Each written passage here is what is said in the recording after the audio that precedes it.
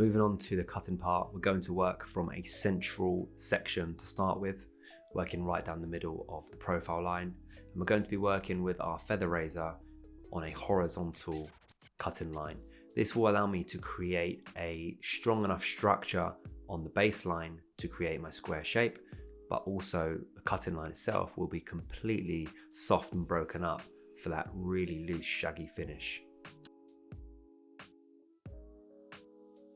We're simply going to work from the center out to the external line on the corner where the shoulder sits, working with a little bit of elevation through the fingers and working a nice square cutting line from the center to the corners. We're not looking for a perfectly cut line, remember, we're looking for something that has symmetry. You can see that I'm working with the feather razor from the shortest point where the connection is on the side panel. I'm working that diagonal shape, almost replicating the section that we've used on the back area. That is the shape that we are replicating on the external line as well.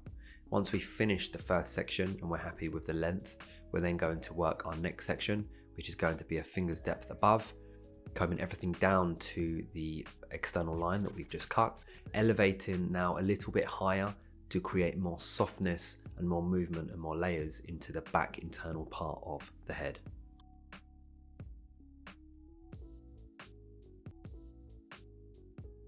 We're now going to repeat the same process as we've just done on side number 2. This time round, we'll be working with our fingers pointing towards the floor and working on top of our knuckles with the feather razor, again pointing in the same direction of that diagonal section that we've created from the apex down in towards the bottom of the nape.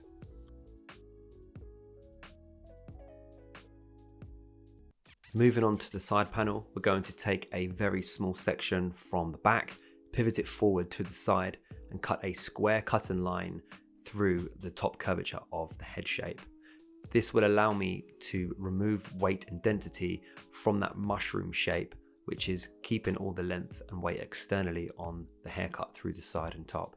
We're working with our points on the scissor, point cutting into the line to again create more softness and more movement through that middle layer on the top part of the haircut.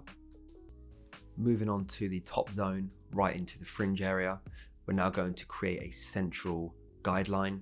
We're then going to work horizontal to diagonal sections off of the middle parting into the recession area. This is so we can approach the fringe area with more caution and not cut too much hair at one time. We do want to create a really soft razored finish, which is going to match up to this external line that we've already cut. So we're going to be using the feather razor and we're going to be working in small segments, working up the perimeter of the head, bringing everything down, minimum elevation to create a strong roundish shape on the external line. Choice of length on the fringe is really important on this haircut. If you took it too short, you could be in danger of ruining the framing of the face with the fringe area. You do want the fringe to be slightly longer on these types of haircuts, as long as the client is confident in styling and wearing this type of fringe every day. Once we've finished the fringe, it's now important to analyze the length on the top of the head and see the shape. Now it's changed.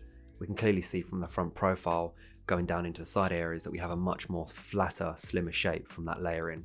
I'm really quite enjoying the heaviness and length that's coming through onto the fringe area. So at the moment, I'm choosing not to layer the top of the head zone into the fringe because I want to keep as much weight on that fringe area as possible. It's important that whilst we're diffusing the hair, we're getting consistent drying through the back, through the sides and through the front. Bear in mind that the back will take the longest to dry because it's got the thickest, densest amount of hair to actually dry. So do focus most of your attention on this area, especially around the occipital bone, which is generally where it's at its thickest, and the sides and the fringe will naturally want to dry on their own quicker. Now we're coming to the end of the styling and drying. We can see the haircut is about 90 to 95% dry. We have a much more visually, aesthetically pleasing shape from the front profile, but we have a more slimmer shape from the top area where the layers are. It's still coming into a really heavy fringe, but you can see the external line is super textured. We have now more fluidity and shape running from the front into the back. Not a completely connected shape, but much more connected than before.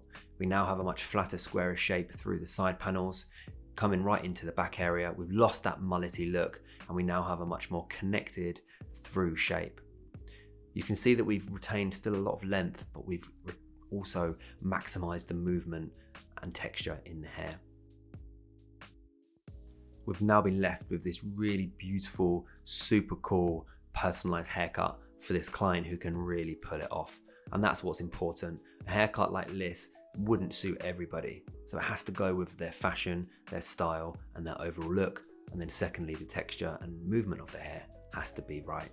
I hope you've enjoyed this haircut, guys, and I hope you've taken away the classic techniques mixed with the modern styling techniques to create something really personal and cool. Thanks for watching, guys, and we'll see you on the next one.